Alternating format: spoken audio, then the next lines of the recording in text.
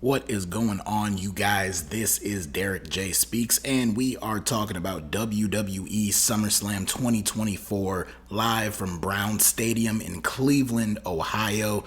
Show just went off the air not too long ago, and top to bottom, it was one of the strongest WWE PLEs of the year, with a lot of really good matches, some great storytelling, and some really cool surprises, including in the main event with Cody Rhodes defending the WWE Championship against Solo Sikoa, the newly self-appointed tribal chief. They went at it in Bloodline rules, a stipulation not unfamiliar to many of us, seeing the main event of WrestleMania earlier this year. They added Bloodline rules at the last minute, so you knew we were gonna get plenty of interference, and we didn't get a whole lot, but we got pretty predictable interference. They kind of teased like, oh, maybe you'd have no idea who's gonna show up, but we knew who was gonna show up. It was the usual suspects. It was Randy Orton and it was Kevin Owens. They came out and provided some assistance for Cody Rhodes against Tama Tonga and Tangaloa, and they all brawled their way to the back, so that disposed of them. There were no other surprising names, I should say, at least for me, who came out. Jacob Fatu, he came out, he helped Solo Sikoa, he took out Cody, he even delivered a diving splash off the top turnbuckle out onto Cody Rhodes, down through the announce table, and Jacob Fatu came up clutching his ankle and was screaming, looked unbelievably pissed off. Really hoping that my boy Jacob Fatu is trying to win an Academy Award and is just an incredible actor and an incredible seller, because I don't think my heart can take the idea of Jacob Fatu being severely injured. So I really hope he was just selling. He was not really a factor in the remainder of the match. Now, maybe plans changed at the last minute, but it didn't look like the way the show ended and the way the match ended, it didn't look like there was a spot for Jacob Fatu. So maybe that was done by design as a way to take him out of the rest of the match. Heard some people saying they saw his ankle snap. I didn't see that, but who knows? You know, people have these eagle eyes, but as far as Jacob Fatu is concerned, really hope he's okay, and I just hope he did a great job of selling, and if he did get hurt, hopefully it is nothing too severe or too serious. So that is all I will say about that, because I don't want to speak that evil into this. The main story here is that with both Cody Rhodes and Solo Sikoa down in the ring, we hear the blasting of Roman Reigns' theme music, specifically his theme music from WrestleMania just a few months ago. It was the version of his theme song that he came out to at WrestleMania on night 2. So that was cool to hear. And the fans, they exploded.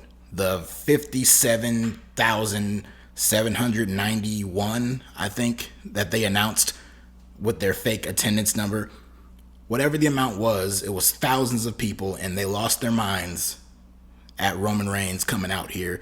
We've seen crowds every single week since WrestleMania chanting, "We want Roman."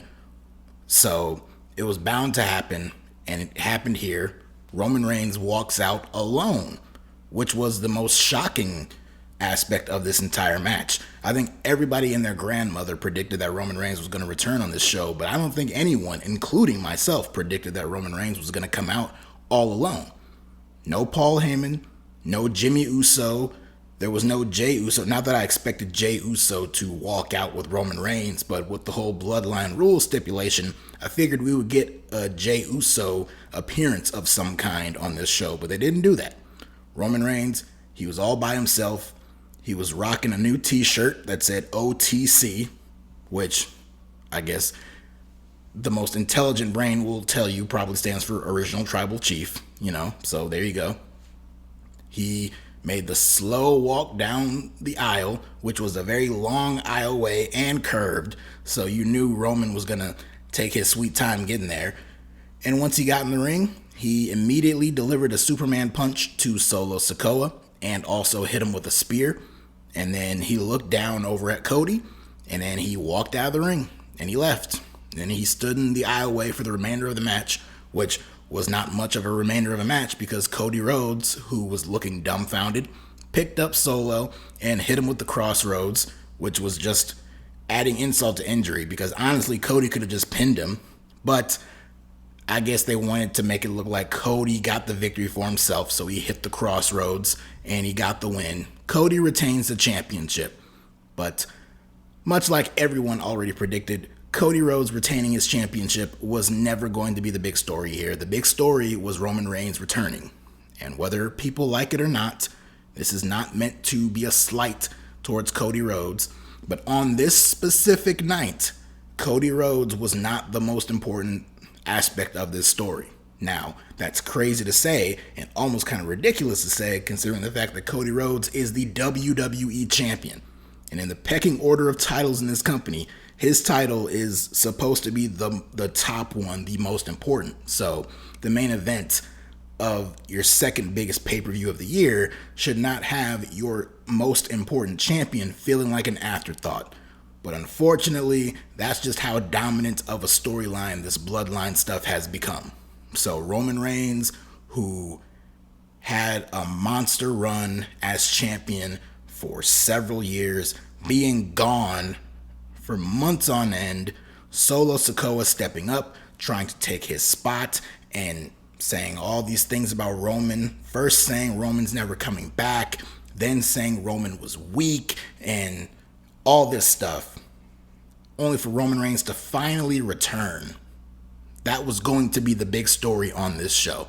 And unfortunately for Cody, it just didn't work out for him. He still won, but him winning was not an important part of this show. They certainly didn't make it seem like an important part of the show because even after the show, when they were going into the post show, the focus was on Roman Reigns. They were talking about Roman Reigns and the impact of Roman Reigns coming back. Meanwhile, Cody Rhodes' theme song is still playing in the background. So they didn't position Cody Rhodes as anything important. Hell, I'm not even positioning Cody Rhodes as anything important. Look at your screen. Look at the title of this video. Cody Rhodes' name's nowhere in the title. So there you go. But that's just how it is. Roman coming back and coming back alone is telling me that they are going to take their time in building up Roman, who in his right will be rebuilding the OG bloodline. So I think that's the direction that they're probably going in here. I think that was the purpose behind him walking out by himself. No Paul Heyman, no Jimmy Uso. He's got to build that back up. He's got to get these pieces all together in place to go up against the entire new bloodline that Solo Sikoa has formed. So I figure it'll start with him getting Paul Heyman back. Maybe that'll happen on SmackDown this upcoming week. Jimmy Uso, who's been gone for months and is seemingly good to come back, eventually he'll come back into the fold. And then that brings into question Jey Uso, who is currently on Raw, and they'll have to figure out a way to get him onto SmackDown and figure out a way to have him reconcile with not only his brother, whom he had a match with at WrestleMania this year, but also reunite with Roman Reigns, the same man who tortured and manipulated and gaslit his ass for years. So that's going to be a whole story. And then who else joins them? Will it be Sami Zayn, perhaps, who also didn't have the greatest night tonight, but he's freed up to potentially be involved in this down the line. And I know I'm not saying anything brand new. A lot of you people are very smart. You can see the writing on the wall. You can see what direction this is heading in. We are potentially barreling down the path of a War Games match in November at Survivor Series, which is why there's plenty of time to build these stories for Roman Reigns. So there you go. We could see Solo, hopefully Jacob Fatu, and Tama Tonga Tangaloa, and I don't know if anyone else will join. There's been rumors of Hikuleo signing with WWE. I don't know what side of the coin he'd fall on, but maybe The Rock is a long shot, who knows? And then Roman Reigns with reunited Usos and Sami Zayn, who knows? Who knows what direction they're going to head in, but I liked the moment here on this show. Roman coming out was always going to be a special moment, and it came off great here. Now, Roman, shockingly for me, was not the biggest. Now, he's a top story coming out of this show, hands down. They ended with him, so he's the big focal point coming out of it, and he's going to be the big focal point on SmackDown going forward. But for me, one of the biggest stories coming out of this show was the implosion of the Judgment Day. While SmackDown has been dominated by the Bloodline for several years now, for the last 2 or so years, Monday Night Raw has been filled with the Judgment Day. Constant presence of the Judgment Day. Segments all throughout the show. Matches, segments, main events, everything. They've all been champions at different points in time. And on this night, we may have seen the entire group imploded, at least from what we originally saw. Hell, from what we originally saw, the group was Edge and Damian Priest. And then they recruited Rhea Ripley, and it was the 3 of them. And then Edge got kicked out, got replaced with Finn Balor, and along the way they picked up Dominic and they picked up JD. I don't know what the hell Carlito's doing, but he's been hanging around. And of course, my personal favorite member of the Judgment Day, R-Truth, but we don't like to talk about him, I guess. But seriously, the Judgment Day has been a dominant presence on Monday Night Raw, and on this night, we might have seen the entire group implode with the actions of several members of the Judgment Day, including at the very beginning of the show. The match that opened tonight's festivities was the Women's World Championship match with Liv Morgan and Rhea Ripley. Now, we have seen this story with Liv and Dom, and then Rhea returning. It's been playing out for months, and it's been very entertaining TV. But now, on this night, it was time to see what they would do to push this story a little bit further. And I thought what they did was fairly predictable, but it was still the correct outcome. Liv and Rhea. Liv spent the first few minutes trying to avoid Rhea, and then eventually she got caught. Rhea was beating her ass, but then Rhea, who was coming back from shoulder surgery, she had her shoulder targeted. In fact, they were playing it up like her shoulder was knocked out of socket and it was dislocated. And then eventually she had to ram her shoulder into the announce table to set it back in place. And she was doing that a few more times throughout the match as well. But the big spot of the match, later on down the line, Liv Morgan, she gets a steel chair, she introduces a chair, and she's basically trying to bait Rhea into using it. And eventually Rhea almost comes close to using it. She gets stopped by Dominic, who was out there. He got up on the ring apron, and he was helping Rhea not use the chair. So at this point, he's still aligned with her. And that was the right move because, Rhea obviously would have been DQ'd. But in the middle of all this distraction, Dom ends up getting accidentally knocked off the ring apron. Liv hits the Oblivion, but it's only good for a 2 count. This was a great near fall. The fans went crazy for this. They were already hot for this match, but they went crazy for that near fall. But then, Dominic is not done. He gets back up on the apron, this time on the other side of the ring, and he is very intentionally distracting the referee and is providing enough time for Liv Morgan to once again hit Oblivion on Rhea, but this time hit it onto the steel chair, and then Liv gets the win. And we see very quickly, before they go into the replays, they show a shot of Dominic with a little smirk on his face. So you could already see what was happening here. The commentators were kind of playing it off like they didn't understand what was going on, or they thought, oh, Dom screwed up again like he's done in the past with Liv. But you could tell the story that was coming.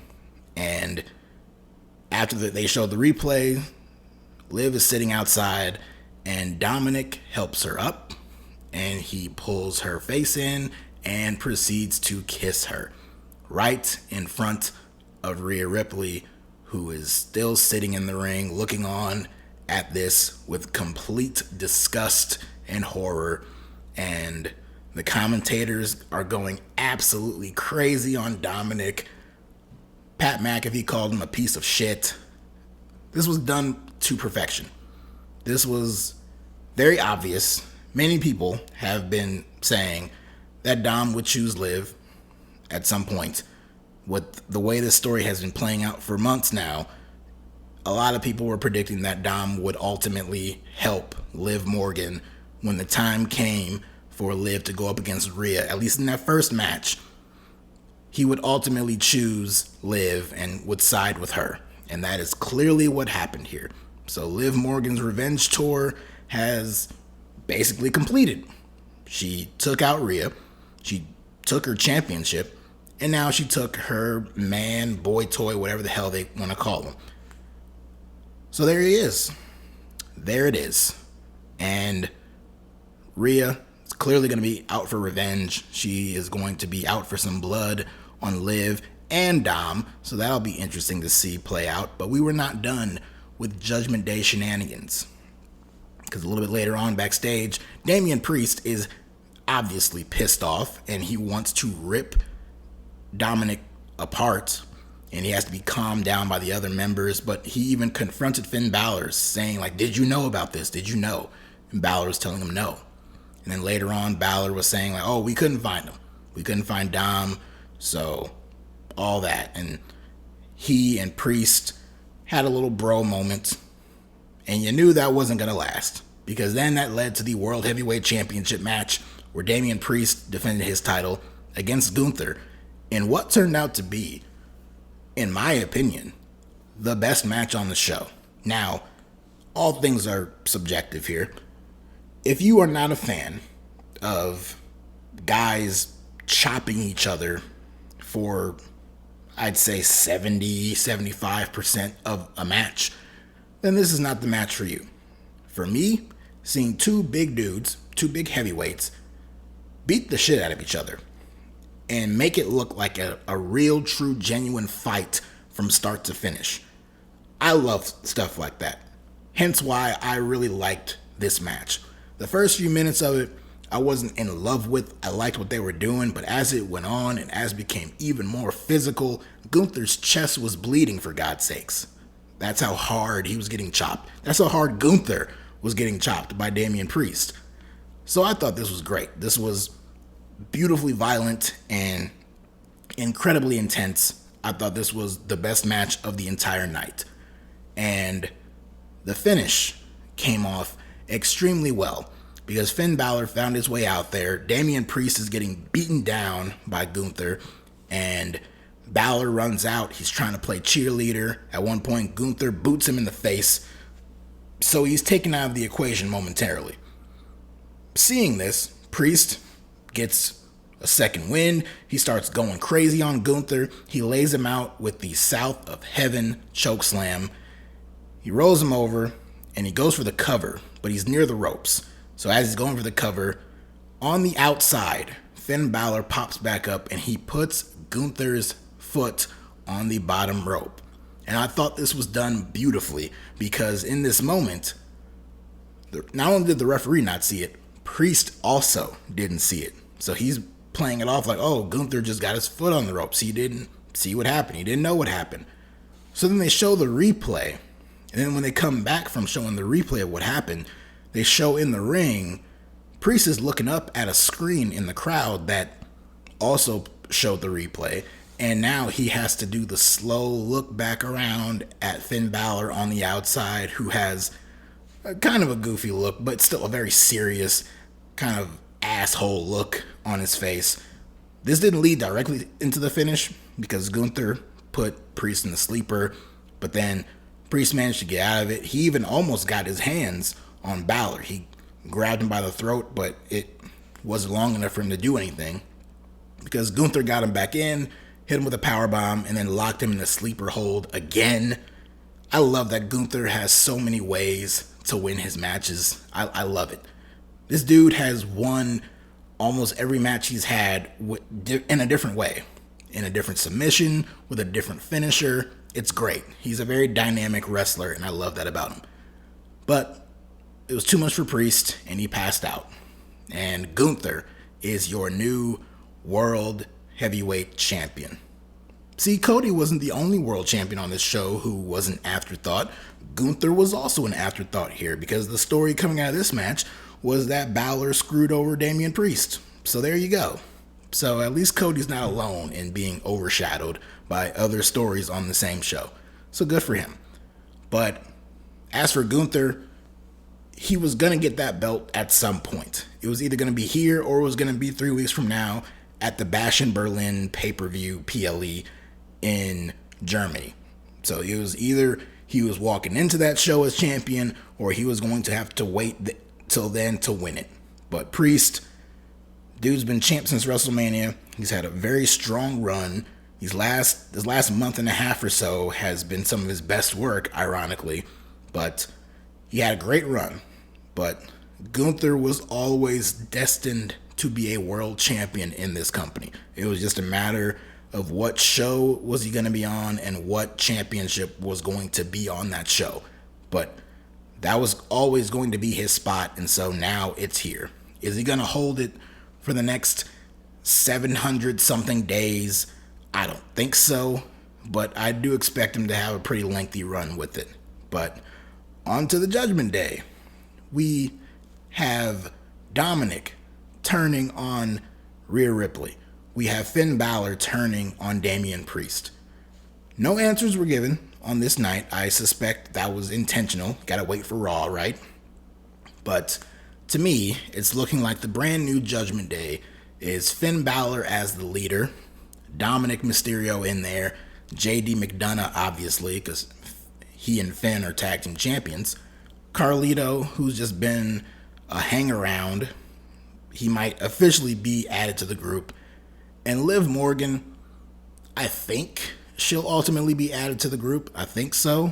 Either that or she'll reveal that she was just playing Dom along the entire time too. And she'll kick him to the curb. I don't know. I don't know exactly what direction they're going to go in with that. But for now, I'm going to assume that she will take the place in the Judgment Day.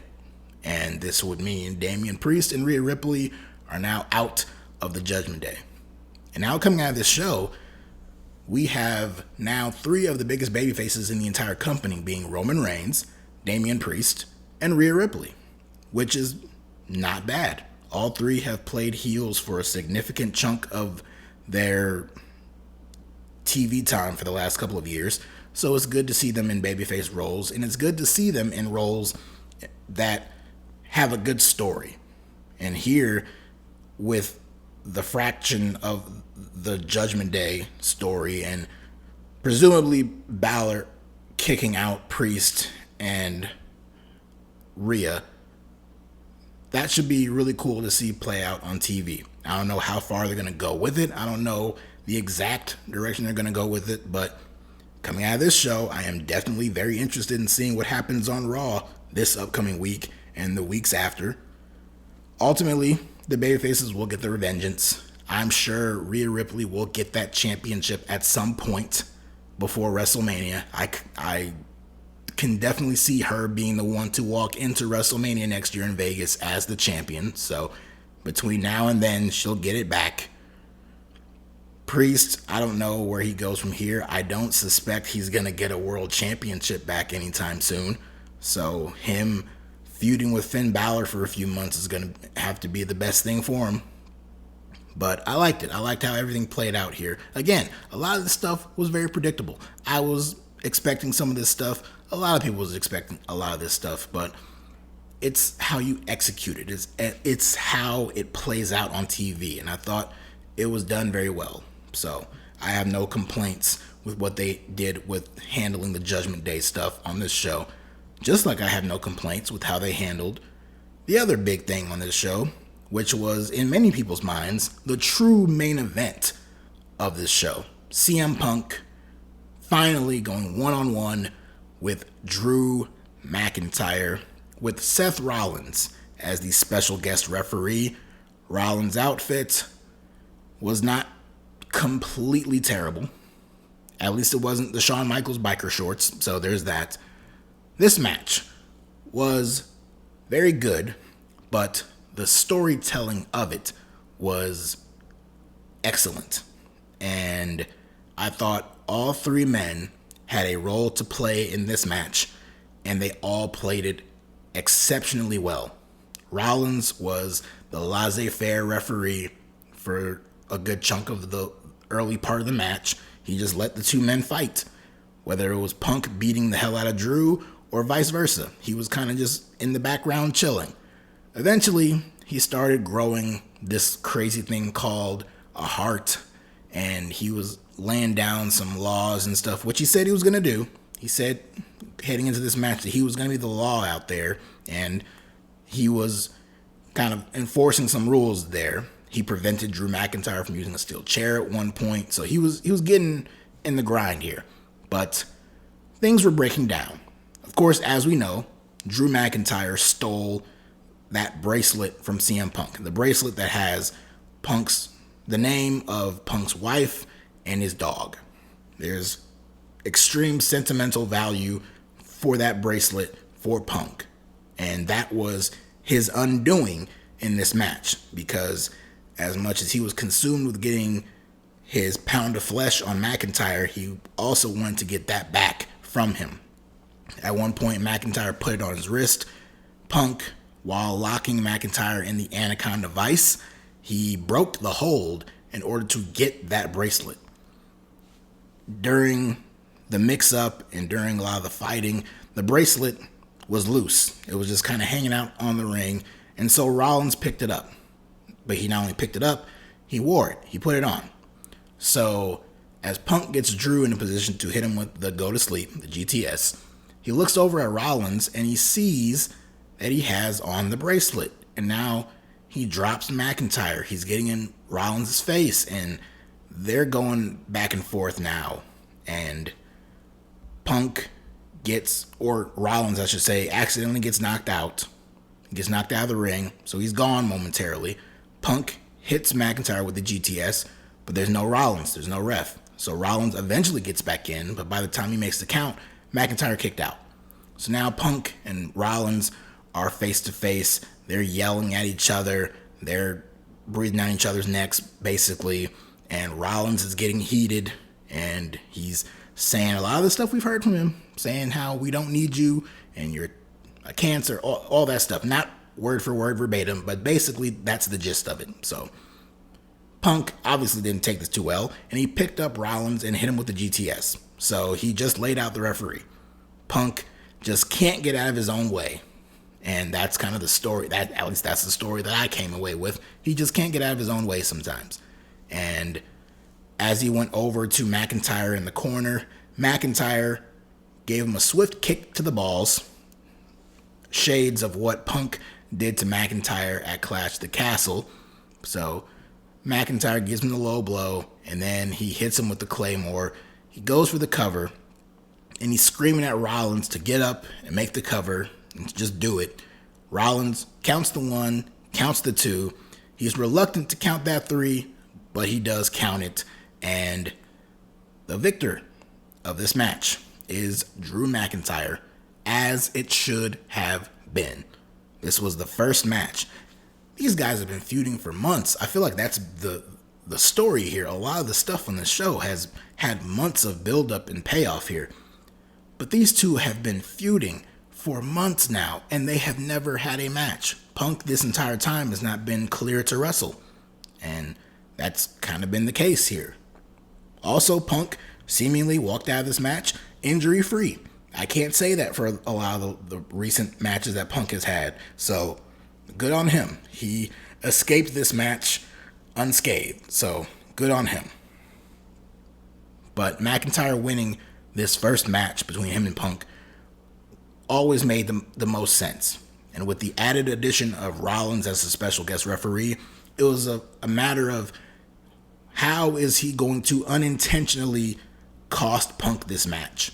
And they found a way to do that with Punk essentially, and the commentators were even playing the story up too, he essentially cost himself the match because in his blind with rage mentality here, he could not focus that energy enough to beat Drew McIntyre. I think commentary was even trying to play it up a little bit later on, like out of all three of the guys in this match, the most level-headed person throughout the entire match, especially towards the finish, was Drew McIntyre of all people. Because Punk was so blind with rage that he cost himself the thing, and Rollins even got himself worked up when he was going back and forth with Punk in their little exchange. So McIntyre was the most clear-headed and focused towards the end there, and that's why he won. So this is clearly not over. This is the first of many matches, at least 3, between McIntyre and Punk. A lot of people are calling for a Hell in a Cell match to take place at a future event, like Bad Blood, which will be in Atlanta in October. A lot of people are calling for that show to have a Hell in a Cell match in honor of the anniversary of the first one with Undertaker and Shawn Michaels, and they want to see McIntyre and Punk in that match. I think that would be great. After this match, I very much so would love to see another one between Punk and McIntyre. I thought this was a great match, but the storytelling that they were doing here, and with the addition of Rollins in there, I thought made it even better. So I look forward to seeing this continue even more down the line. Now for some undercard matches. The 2 mid-card championships were on the line, and actually the next 3 championship matches here saw all brand new champions crowned. We saw a brand new Intercontinental Champion crowned in Bron Breakker. He beat Sami Zayn in a very good match, not quite as good as their match at Money in the Bank. This one was shorter, and it was much more dominance from Bron Breakker. Sami was going for the haluva kick, but he got caught with a spear, and then Bron ran the ropes again and hit him with another spear and got the clean win. In fact, I think this was the only match that didn't have any kind of interference or distraction that led to the finish. So, good on them. But Bron Breakker, the goal was to get him that Intercontinental Championship. Money in the Bank was not the time for it. I was saying it was not the time for it, and the time to crown him would be at SummerSlam, and they did that. Even though he lost at Money in the Bank, they have kept him very strong on television since then, and I knew that coming into this show, the right move would be him not squashing, but getting a very dominant, clean victory over Sami Zayn and winning that championship, and they did that. They have done right by Bron Breakker every step of the way so far, and I see no reason why it wouldn't continue. And this was just the first of many, many, many, many, many championships that this man is going to win in his WWE career. The U.S. Championship was also on the line. Logan Paul, in his 3rd defense of this championship, the same championship that he won last November, by the way, he defended against LA Knight. Now, Logan Paul, in his last 2 televised matches, lost. He lost to Cody Rhodes, and he lost to LA Knight in a triple threat match on TV. So it seemed unlikely that Logan Paul was going to lose for a 3rd straight time. But man, I knew this was the time to do it.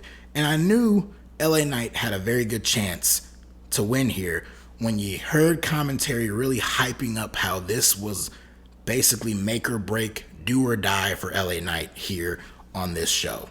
And he almost had to win this match. And this, not really saying that this was his last chance at a championship. This is his first time actually challenging for the U.S. title itself. But knowing that this man has challenged for the WWE title before, he's been trying to get into contention for the world title before, he's been in some Money in the Bank ladder matches, every step of the way. He's been in these big time championship opportunity like matches. He's failed. And so here, up against Logan Paul, they could have done a screwy finish and led to a rematch a few weeks later and have LA Knight win there. But this crowd, even though Logan Paul was from Cleveland, This was a pro LA Knight crowd through and through. And Logan Paul, he tried. He had his typical goons out there to help him. He even had Machine Gun Kelly out with him too. So he tried. He even had brass knucks at one point, and he even used them on LA Knight. But Knight basically no-sold it, because once Paul discarded the brass knucks, he went over and was going for his buckshot lariat, but as he got back into the ring, he immediately got caught by Knight into the BFT, and Knight picked up the win, and he is the new United States champion. Damn good moment. As someone who's a fan of LA Knight, who has been rooting for his success in WWE for a very long time now, it was very satisfying, gratifying, all the above, to see him get the win here in this match. I didn't care to see or wait for him to get this title in 3 weeks or in a month or 2 months or anything like that. You had the opportunity to do it now. I was hoping they would do it on this show, and they did. And I thought that was the right move. So, good for LA Knight. He has a championship. It's not like there's a plethora of options for him to feud with on SmackDown right now, but hopefully they can find something for him to do. Maybe they continue and they do get another match out of him and Logan Paul on a future show, and he can beat Logan Paul again. But at least on this night, he got the win. So, good for him. And also, the WWE Women's Championship was on the line. Bayley defending against the Queen of the Ring, Nia Jax.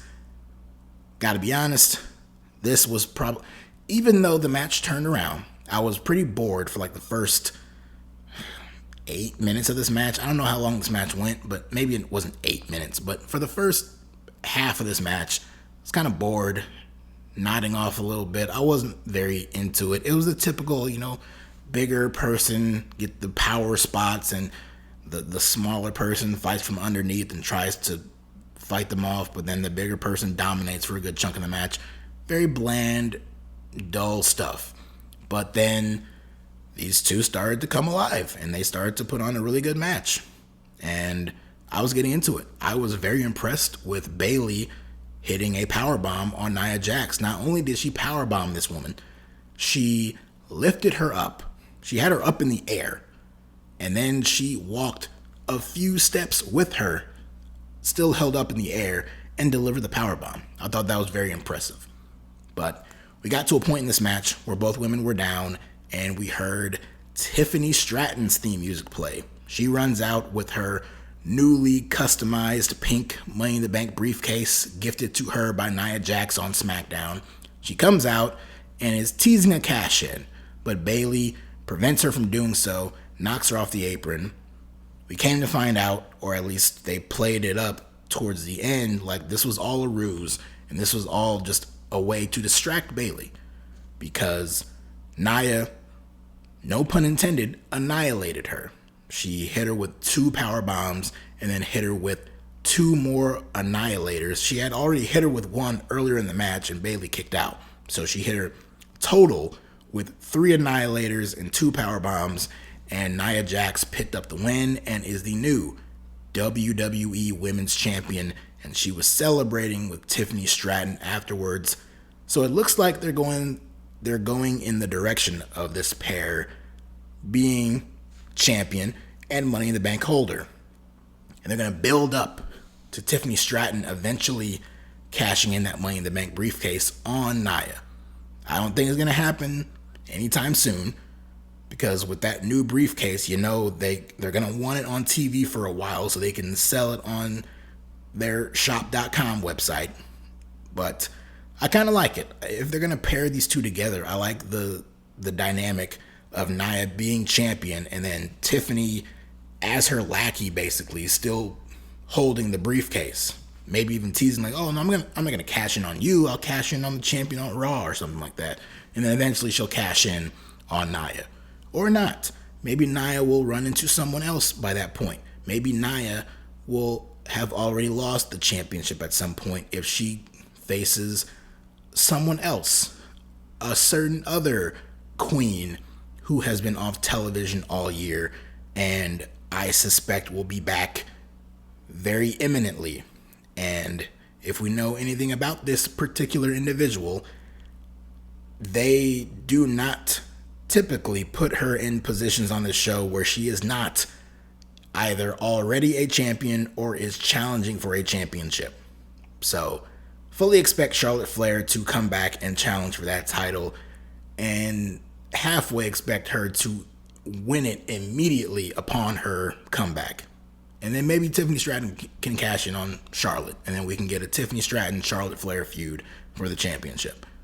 I don't know, but Nia, good for her. And good show overall. Like I said, that was probably the weakest match on the show, and even that one turned around towards the end. LA Knight and Logan Paul had a very good match. In fact, it was one of my favorite LA Knight matches that he's had in WWE. And that was great. The match of the night for me, easily, Gunther and Priest. Just a great physical fight between the two. And I thought Punk and McIntyre had a really great match. Great storytelling. The main event, kind of boring for the first part of it when it was just Cody and Solo.